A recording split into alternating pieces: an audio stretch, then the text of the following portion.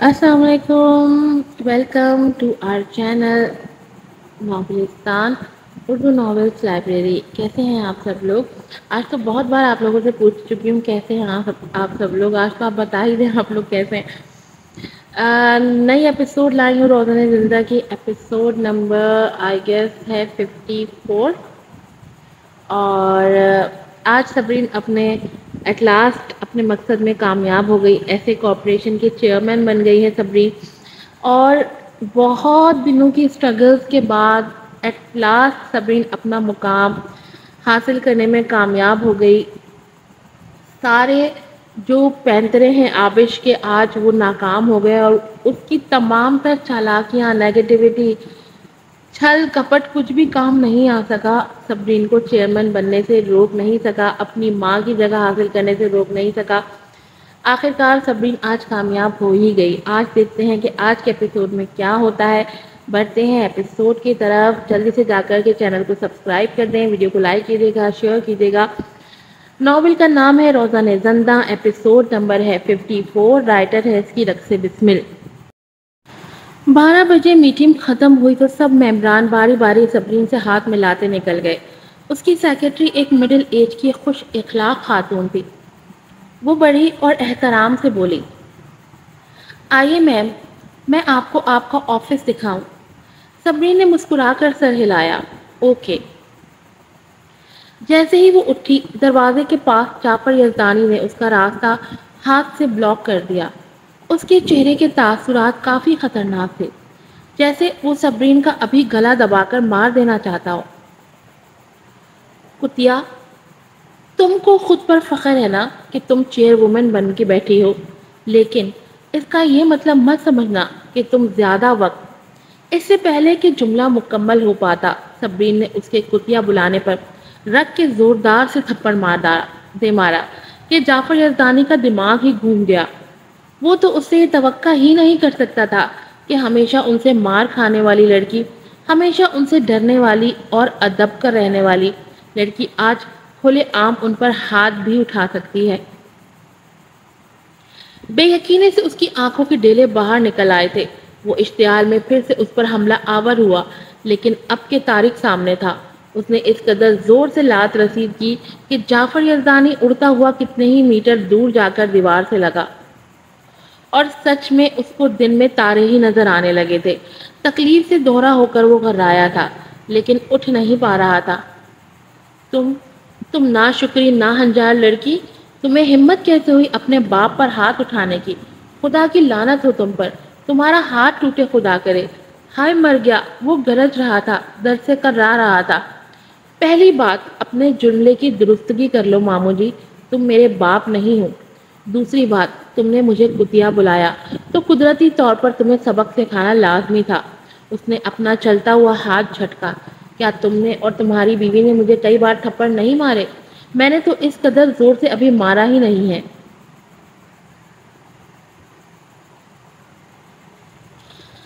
تو کیا ہوا اگر ہم نے تمہیں مارا تھا؟ ہم نے تمہیں پال پوس کر بڑا بھی کیا تھا، تم ہماری قرضدار ہو۔ احسان فراموش لڑکی، تم ایک دن کا احسان بھی نہیں اتار سکتی۔ وہ اٹھ نہیں پا رہا تھا، وہیں لیٹے لیٹے اسے خوفوار نظروں سے دیکھ کر غرا رہا تھا۔ صبرین کی آنکھیں یہ سن کر خون چھلکانے لگی۔ سب پاٹ انداز میں اسے حقارت سے دیکھ کر دانت پیسے۔ ہاں معلوم ہے مجھے کس طرح پال پوس کر بڑا کیا ہے تم لوگوں نے۔ کیا تم نے پڑھائی کے دوران میری مدد کی، خرچ اٹھایا، یا جب میں بیمار ہوئی تم نے میرے سرہانے کھڑے ہو کر میری طبیعت پوچھی؟ نہیں، بالکل نہیں۔ وہ میری نانی اور نانا ابو تھے جو میری اسٹڈی کا خرچ کرتے تھے، جب بیمار ہوتی میرا خیال رکھتے تھے۔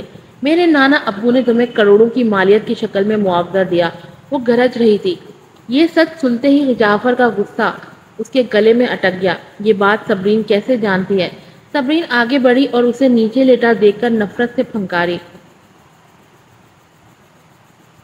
لیکن اس کے باوجود بھی تم لالچ میں اتنے بڑھے کہ باقی کا مال بھی ہڑپ کرنے کے لیے اپنی ہی ماں کو قتل کر دیا۔ کیا تم انسان کہلانے کے مستحق ہو؟ نہیں، نہیں، یہ جھوٹ ہے، یہ بکواس ہے۔ میں نے امی کو قتل نہیں کیا تھا، وہ بیماری سے مر گئی تھی۔ وہ حواس باختہ سا ہوا۔ افسوس کی بات ہے کہ دادی کو جلدی دفنا دیا گیا تھا۔ لیکن اب بھی وقت گیا نہیں، ان کی لاش کا پوسٹ مارٹم ہمارے لیے ان کی موت کی وجہ جاننے کے لیے کافی ہوگا۔ صبرین نے طنز کرتے ہوئے کہا، لیکن میں تمہیں جانے نہیں دوں گی، میں یقینی طور پر تمہیں آہستہ آہستہ وہ تمام تکلیفیں واپس کروں گی جو میں نے برداشت کی ہیں، بشمول نانی کے حصے کے۔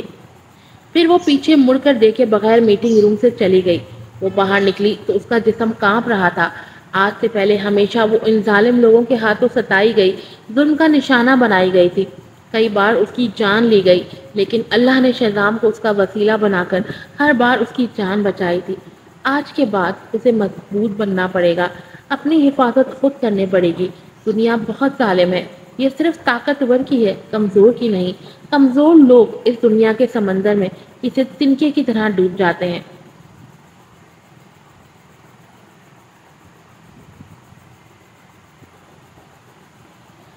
اپنے آفس پہنچ کر وہ ابھی ارد گرد دیکھ رہی تھی۔ یہ آپ کی موم کی آفس ہے میم، سیکرٹری نے خوش اخلاقی سے انفارم کیا۔ اس بات پر وہ سرپرائزڈ ہوئی۔ اچھا، وہ مسکرائی اور کرسی پر بیٹھ گئی۔ اپنی موم کا لمس محسوس کر کے اس نے آنکھیں سکون سے بند کی۔ اوکے میم، آپ کو کوئی بھی کام ہو مجھے بلا لیجیے گا، سیکرٹری نے مسکرا کر کہا۔ صبرین نے سر ہلایا۔ شور۔ اس کے جاتے ہی وہ طارق کی طرف مڑی۔ بہت بہت شکریہ طارق، اگر آج آپ نہ ہوتے تو جعفر مجھے ضرور مار دیتا۔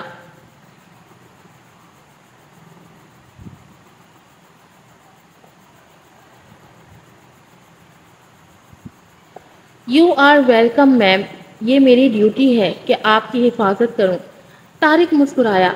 اگر آپ کو شکریہ ادا کرنا ہی ہے تو سوری صاحب کو کریں۔ صبرین خود بھی آج کی ہوئی تازہ خبریں شہزام کو بتانا چاہتی تھی، سو اس نے اسے کال ملائی۔ شامی کیا کر رہے ہیں؟ میٹھے اور پیار بھرے انداز میں مدر مدر آواز ریسیور سے نکل کر شہزام سوری کے کانوں میں جیسے گھنٹیاں سی بجائیں۔ کھانا کھا رہا ہوں۔ صبرین اس کی یہ بات سن کر ناخوش ہوئی، منہ بنا لیا۔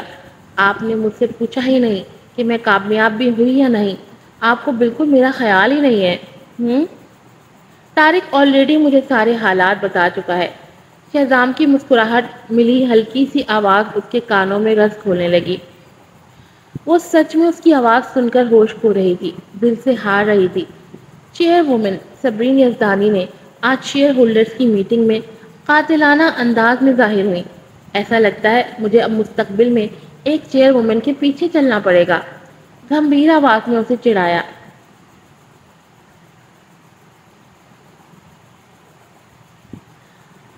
ہاں نا، اب میں عام عورت نہیں رہی، اب میری پوزیشن مضبوط ہے۔ اس نے گردن اکڑائی اور مان سے کہا، بہتر ہے آپ میرے فرما بردار رہیں، میری سنیں میری مانیں، نہیں تو میں آپ کو آپ کی پوزیشن سے ہٹا بھی سکتی ہوں۔ یہ کہہ کر وہ مسکراتی ہوئی اور شرارت سے نچلا ہونٹ دانتوں میں دبا گئی۔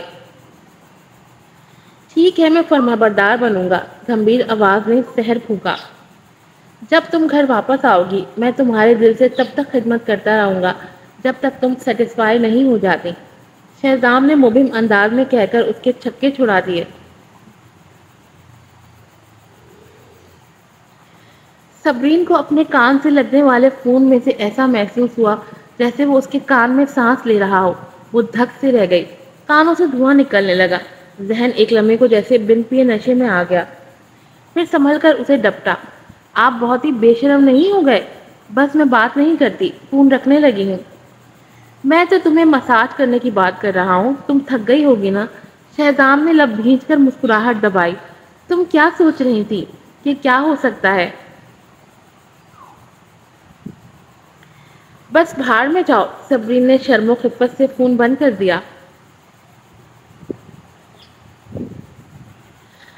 اس کا چہرہ کانوں تک اسٹرابری کی طرح سرخ ہو رہا تھا۔ بے اختیار چہرے کو تھپکا، سر گھما کر دیکھا تو طارق کو اپنے چہرے پر مسکراہٹ روکتے دیکھا۔ وہ لب بھینچے ہوئے اپنی مسکراہٹ دبائے ہوئے تھا۔ صبرین کو یہ دیکھ کر اور بھی زیادہ شرمندگی محسوس ہوئی۔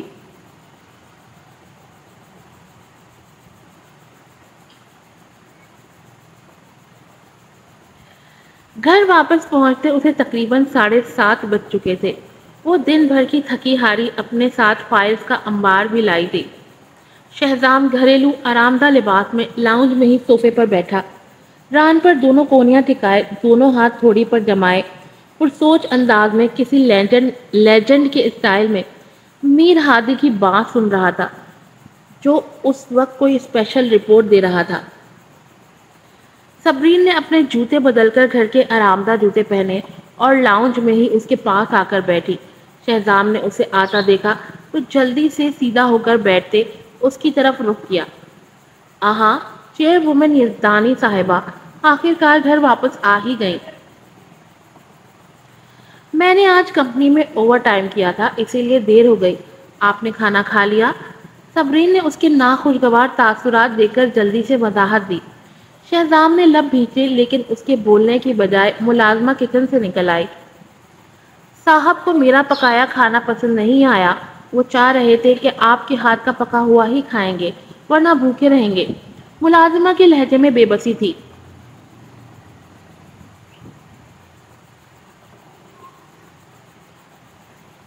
صبرین نے لاجواب ہو کر ایک گہری سانس بھری اور صوفے کی پشت سے ٹیک لگا لی، اپنے دونوں ہاتھوں سے کندھے دبانے لگی۔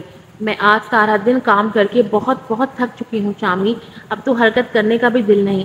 قسمیں، میرا دماغ سارا ہی خرچ ہو چکا ہے۔ آنٹی کا کھانا بھی ذائقے میں میرے جیسا ہی ہوتا ہے، آپ کھا کر تو دیکھتے نا۔ صبرین نے اپنے شوہر نامدار کو بے بسی سے دیکھا۔ وہ اس کے ساتھ ہی بیٹھا ہوا تھا۔ صبرین کے بیٹھتے ہی اس کے قریب ہوا۔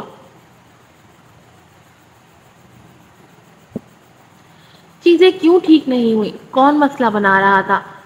اس قدر قریب آنے سے اس کے کھلے بالوں کی کچھ لٹیں شہزام کے چہرے سے ٹکرائی تھی۔ صبرین کے بالوں سے مسحور کن خوشبو اس کے نتنوں سے ٹکرائی تو بے اختیار گہری سانس بھر کر اندر اتارا۔ صبرین کا دل دھک سے رہ گیا۔ ملازمہ اور میر ہادی کے سامنے اس کا قریب ہو کر جڑ کر بیٹھنے نے اسے تذبذب سے دوچار کر گیا۔ سنبھل کر تھوڑی دوری بنائی۔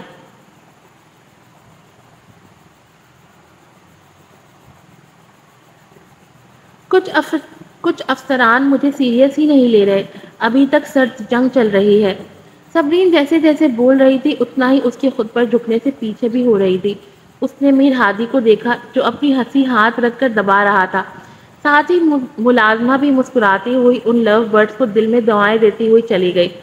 شہزام نے یوں ہی اس کے قریب سے گردن میر ہادی کی طرف گھما کر حاکمانہ انداز سے کہا، کل تم میم کے ساتھ جاؤ گے اور ان کی مدد کرنی ہے۔ دیکھنا ہے کہ کون کون مسئلہ کرتا ہے، ان سب کو میم کا پابند کرنا، سمجھ گئے؟ جی سمجھ گیا، ہادی نے سر ہلایا۔ وہ ملک کے امیر آدمی کا اسسٹنٹ تھا، یہ بات تو اس کے لیے بے حد معمولی تھی، جیسے ایک کیک کا ٹکڑا یا کاٹن کینڈی۔ لیکن صبرین یکدم بول پڑی، نہیں نہیں، بھلے میر ہادی اس قابل ہو، لیکن وہ بہرحال آپ کا اسسٹنٹ ہے، اسے کمپنی کے معاملات کا کچھ پتہ نہیں۔ ان لوگوں کی گینگ اسے کچا چپا جائے گی، یہاں تک کہ کوئی ہڈی تک سلامت نہیں رہے گی۔ وہ ڈری تھی کہ ہادی بیچارہ مفت میں نہ مار کھائے۔ اس کو یہ نہیں پتا تھا کہ میر ہادی کے لیے ایسے لوگ جسٹ کاغذ کے ٹکڑے کی طرح ہیں، جنہیں وہ ایک پل میں ہی مسل کر رکھ دیتا ہے۔ اس کے لیے صبرین کی بات جسٹ ایک مذاق تھی۔ وہ دل میں ہنس پڑا۔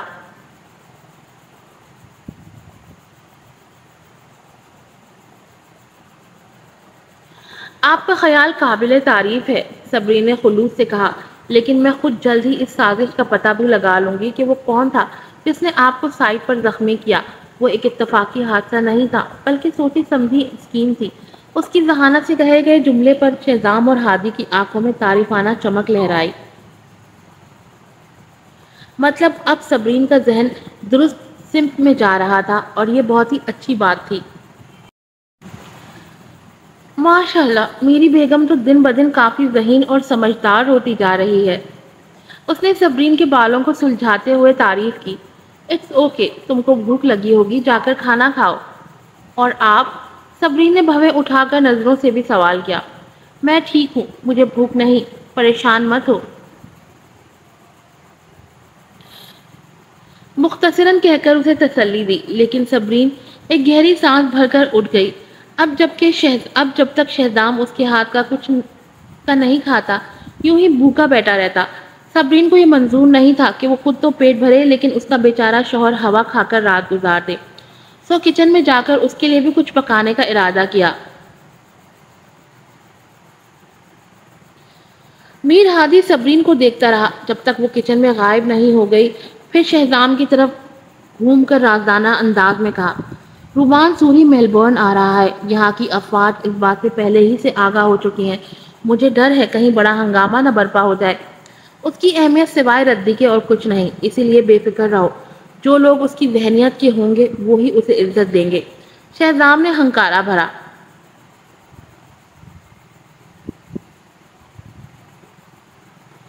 کیا آپ میٹنگ ارینج کرنا چاہتے ہیں؟ میر ہادی نے اپنے باس کو دیکھا جو بالکل آرام سے بیٹھا تھا۔ بالکل نہیں، ابھی وہ اس قابل نہیں کہ اس سے ملا جائے۔ وہ اٹھ کھڑا ہوا، کافی دیر ہو چکی ہے، تم لوگ جا سکتے ہو۔ ہادی اور طارق نے سر جھکا کر احترام دیا اور باہر نکل گئے۔ میر ہادی اور طارق کے جاتے ہی شہزام بھی اٹھ کھڑا ہوا، اب اس کا رخ کچن کی طرف تھا۔ اپنی پینٹ کی جیبوں میں ہاتھ ڈالے وہ آرام دہ چال چلتا کچن میں آیا، دروازے پر کھڑا ہو کر اسے دیکھنے لگا جہاں صبرین ایپرن پہنے شہزام کے لیے بطور خاص ڈمپلنگ بنا رہی تھی۔ کچن کا بلب ٹھیک اس کے اوپر جل رہا تھا، جس کی روشنی میں وہ اس وقت شہزام کو کوئی ماورائی مخلوق لگی جسے حاصل کرنے اور فتح کرنے کی ہر مرد خواہش کرتا ہے۔ وہ آہستہ آہستہ دبے پاؤں چلتا اس کے پیچھے کھڑا ہو گیا اور پیچھے سے ہی بازو بڑھا کر اسے اپنے حصار میں قید کر دیا۔ صبرین چونکی، ہاتھ ایک لمحہ ڈمپلز بناتے ہوئے رک گئے،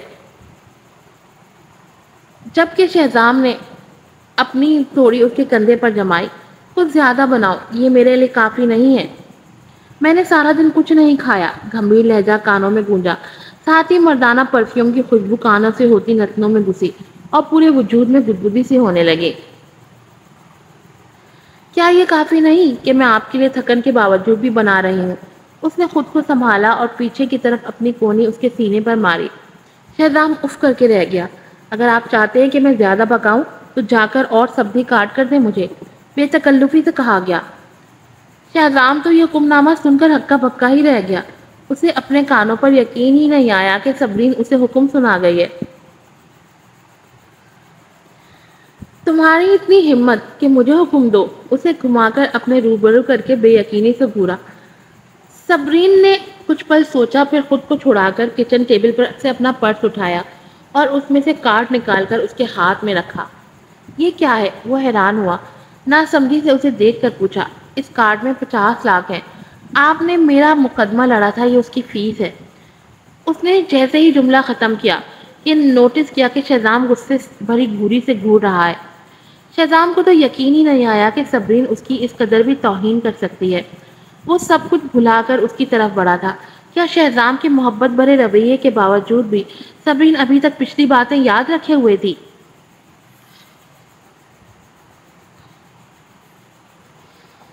کیا مطلب ہے اس بات کا؟ شہزام نے 2 انگلیوں کے بیچ کارڈ پھنسا کر اونچا کر کے اس کی آنکھوں کے آگے کیا۔ اب تم چیئر وومن بن گئی ہو اور آج تمہارے پاس پیسہ آ گیا ہے تو تم میرے ساتھ اپنے تعلقات کو کلیئر کرنا چاہتی ہو، یہی نا؟ آواز میں غصہ اور لہجے میں طنز بھرا ہوا تھا۔ اشتعال میں بول کر کارڈ اس کے قریب سلیب پر پٹکا۔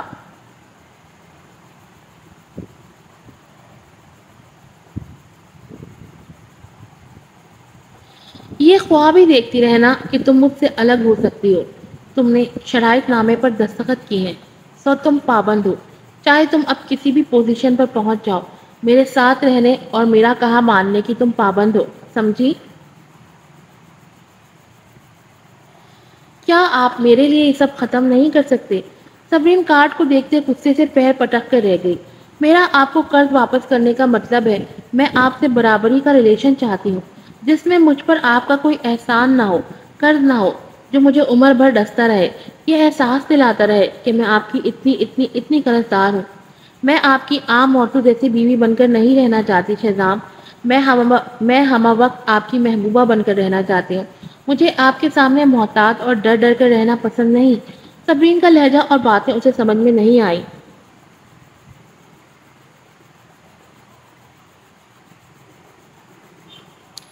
شہزام واقعی اس کی بات کا مطلب نہیں سمجھا تھا۔ صبرین نے اس کو حیران دیکھ کر ایک گہری سانس بھری۔ جب سے میری شادی ہوئی ہے مجھے یہی محسوس ہوتا ہے رہا ہے کہ میں کمتر ہوں، کیونکہ ہمارے بیچ معاہدہ ہوا تھا اور آپ نے میرا مقدمہ لیا، میری مدد کی۔ میں نے خود کو ایک نوکرانی کی طرح محسوس کیا جس کا مالک اسے خرید کر اس کے کام کا معاوضہ دیتا ہے۔ میں نے ہمیشہ خود کو یاد دلایا کہ مجھے آپ کے سامنے محتاط رہنا ہے، کہیں کوئی غلطی نہ ہو جائے اور آپ کو غصہ نہ آ جائے۔ یہ احساس مالک اور نوکر جیسا تھا جس میں میں خود کو پابند سمجھ رہی تھی۔ میرا سانس گھٹ رہا تھا۔ مجھے اس احساس سے نفرت ہے شہزام، میں اس احساس سے آزاد ہونا چاہتی ہوں۔ میری خواہش ہے کہ ہم عام محبت کرنے والے جوڑے کی طرح رہیں۔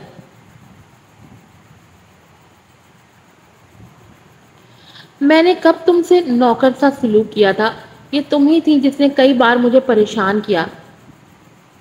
شہزام نے اسے گھورا۔ وہ صبرین کی سوچ کو سمجھ نہیں سکا تھا۔ تم مجھے یہ پیسے اسی لیے دے رہی ہو نا کیونکہ تم میرے لیے کھانا نہیں بنانا چاہتی۔ اس کی الٹی بات نے صبرین کو لاجواب کر دیا۔ میں اپنی بات دوبارہ دہراتی ہوں، میں ان 50 لاکھ کو پچھلا ایگریمنٹ ختم کرنے میں استعمال کرنا چاہتی ہوں۔ میں آپ کی محبوبہ بننا چاہتی ہوں۔ اگر میرا دل پکانے کو چاہے گا تو پکاؤں گی، اگر میرا دل نہیں چاہے گا تو نہیں پکاؤں گی۔ اگر میں ناراض ہونا چاہوں تو میں ناراض ہو سکوں، اور اگر میں لڑنا چاہوں تو جی کھول کر لڑائی کر سکوں۔ کیوں خود کو روکوں؟ خود پر کس لیے بند باندھوں؟ شہزام کا سینہ غصے سے بھر گیا۔ اس نے اشتعال میں آ کر کارڈ آگ میں جھونکنے کے لیے ہاتھ اٹھایا تاکہ کارڈ جلا سکے، کیونکہ یہی سارے فساد کی جڑ تھا۔ لیکن اگلے پل ہی وہ ہوا جس کی اسے توقع ہی نہیں تھی۔ صبرین اچھل کر اوپر ہوئی اور اس کے ماتھے پر اپنے ہونٹ رکھ دیے اور گلے میں بازو حمائل کر کے اسے اپنے قریب کر دیا۔ شامی، مجھے نہیں پتا، میں نہیں جانتی اگر مجھ سے پہلے آپ کا کسی لڑکی سے افیئر رہا ہو، لیکن نارمل جوڑے کی طرح آپ میرے کچرے دان بھی ہو تو ہنی پاٹ بھی۔ آئی لو یو سو، مجھے آپ کی محبت بھی برابری میں چاہیے۔ اس لڑکی کا منہ ایسا تھا جیسے میٹھی میٹھی شہد گھل رہی ہو۔ اب کہاں کا غصہ، کیسی ناراضگی! شہزام کی ساری ناراضگی، سارا غصہ اڑنچھو ہو گیا تھا۔ اس کے خوبصورت نقوش کو دیکھتے وہ کچھ پل ہچکچایا۔ ایگریمنٹ پھاڑ دیں گے، لیکن مجھے پیسے مت دو، تم میری ہو، سر سے پیر تک میری ملکیت ہو۔ اگر میں نے تم سے مقدمے کے پیسے لیے تو میں خود کو مرد کیسے کہہ سکتا ہوں؟ لیکن صبرین منمنائی۔ بس شٹ اپ، اگر ایک لفظ اور بولی نا تو سخت سے سخت سزا دوں گا۔ اس کے دونوں گال کھینچ کر پیار بھری دھمکی دی۔ صبرین کے دونوں گال سرخ ہو گئے، بے اختیار درد سے سی نکل گیا۔ بدماش ان آنکھیں نکال کر گھورا اور گال پر ہاتھ رکھ کر مسلنے لگی۔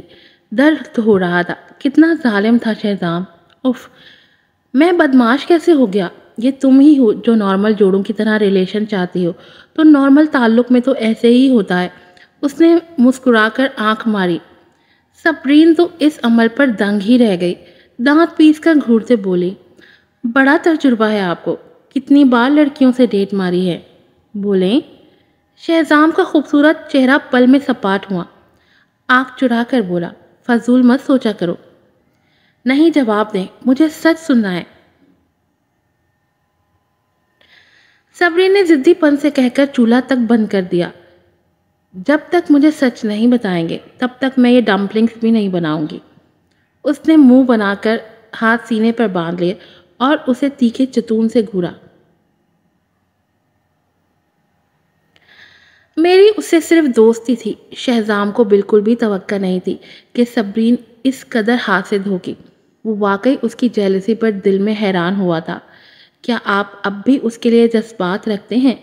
صبرین نے آنکھیں چھوٹی کر کے نچلے ہونٹ کا کونا دانتوں میں دبا کر اسے دیکھا۔ ابھی جب اس کا ذکر کر رہے تھے تو آپ کے چہرے کے تاثرات عجیب فہم تھے۔ صبرین کا سکون یہ سوچ کر ہی تباہ ہو رہا تھا کہ کہیں وہ جو سوچ رہی ہے وہ سچ نہ ہو۔ وہ اب اس دنیا میں نہیں ہے۔ شہزام نے لب بھینچ کر اسے دیکھا۔ صبرین اپنی جگہ پر فریز ہو گئی۔ اسے سمجھ میں نہیں آ رہا تھا کہ اچانک سے ہی کیا کہے۔ I am sorry۔ زندگی کا جو باب بند ہو چکا ہے اسے پھر سے مت کھولو۔ گرد جھاڑو گی تو دھول اڑے گی اور زخم تازہ ہو جائیں گے۔ خود بتاؤ، کیا عزت تمہارا ماضی نہیں ہے؟ شہزام نے اسے افسردگی سے دیکھا اور ایک گہری سانس ہوا کے سپرد کی۔ اس کی یاد دہانی پر صبرین خاموش رہ گئی۔ یہ سچ تھا کہ اس کا بھی عزت کے ساتھ ایک ماضی تھا۔ پلٹ کر چولہا دوبارہ سے جلایا اور اپنے کام میں مگن ہو گئی۔ شہزام نے کارڈ کو جیب میں اڑسا اور کچن سے نکلتا چلا گیا۔ پیچھے وہ اسے دیکھتی رہ گئی۔ ڈنر کے بعد صبرین پھر سے اسے ایگریمنٹ ختم کرنے کے لیے زور بھرنے لگی۔ شہزام اب اس سے جیت نہیں سکتا تھا، سو ایگریمنٹ لے کر اس کے ہاتھ میں دیا۔ صبرین تو ایسے خوش ہوئی جیسے ہفتے اقلیم کی دولت مل گئی ہو۔ یہ ایگریمنٹ اس کی جان پر بنایا تھا، اس کے لیے ناسور بن گیا تھا۔ اب جب تک وہ اسے تلف نہیں کرتی اسے چین نہیں آنا تھا۔ تم اسے جلا دو یا پھاڑ دو، مرضی کی مالک ہو، لیکن اس کے بعد بھی تمہیں جن سے مخالف سے کانٹیکٹ کرنے کی اجازت نہیں ہوگی، جیسے کہ ولید یا ایزد، دونوں میں سے کوئی نہیں۔ تم وقت پر گھر آؤ گی، باہر دیر تک رہنے کی اجازت نہیں ہوگی۔ شہزام نے نرمی سے یاد دلایا، اس کے ساتھ ہی تمہیں مجھے چھوڑنے کی بھی اجازت نہیں ہوگی۔ ہاں سویٹو، پتہ ہے مجھے، آپ جیسے وجیہ اور خوبصورت اور پیارے حبی کو بھلا میں کیوں کر چھوڑ سکتی ہوں؟ اب تو ہمارے بیچ محبت بھی موجود ہے، صبرین ایک ادا سے کہتی اس کے قریب بیٹھ گئی اور اس کے گلے میں پیار سے بازو حمائل کر کے اس کے چہرے پر جا بجا پھول کھلانے لگی۔ شہزام کا موڈ اس سے کافی بہتر ہو گیا، وہ ریلیکس ہو گیا۔ صبرین نے اٹھ کر ایگریمنٹ کو کچن میں جا کر جلا دیا۔ اس کے جلاتے ہی جیسے ایک بھاری سل سینے سے اتر گئی تھی۔ وہ ہلکی پھلکی ہو کر گنگنانے لگی۔ اسے یوں ہلکا پھلکا اور خوش دیکھ کر شہزام نے سوچا کہ ایگریمنٹ کے جلانے سے کیا فرق پڑتا ہے، بھلے صبرین اسے جلا دے لیکن وہ اس کے احکامات کی پابند ہوگی۔ آج کی ایپیسوڈ یہیں پر ختم ہوتی ہے۔ اس کے بعد ایک لاسٹ ایپیسوڈ اور ہے، ایپیسوڈ نمبر 55۔ اس کے بعد آپ کو باقی کے ایپیسوڈ کل ملیں گے۔ آج میں بہت تھک گئی ہوں وائس اپ کر کے۔ پھر ملوں گی آپ سے نئی ایپیسوڈ کے ساتھ۔ السلام علیکم۔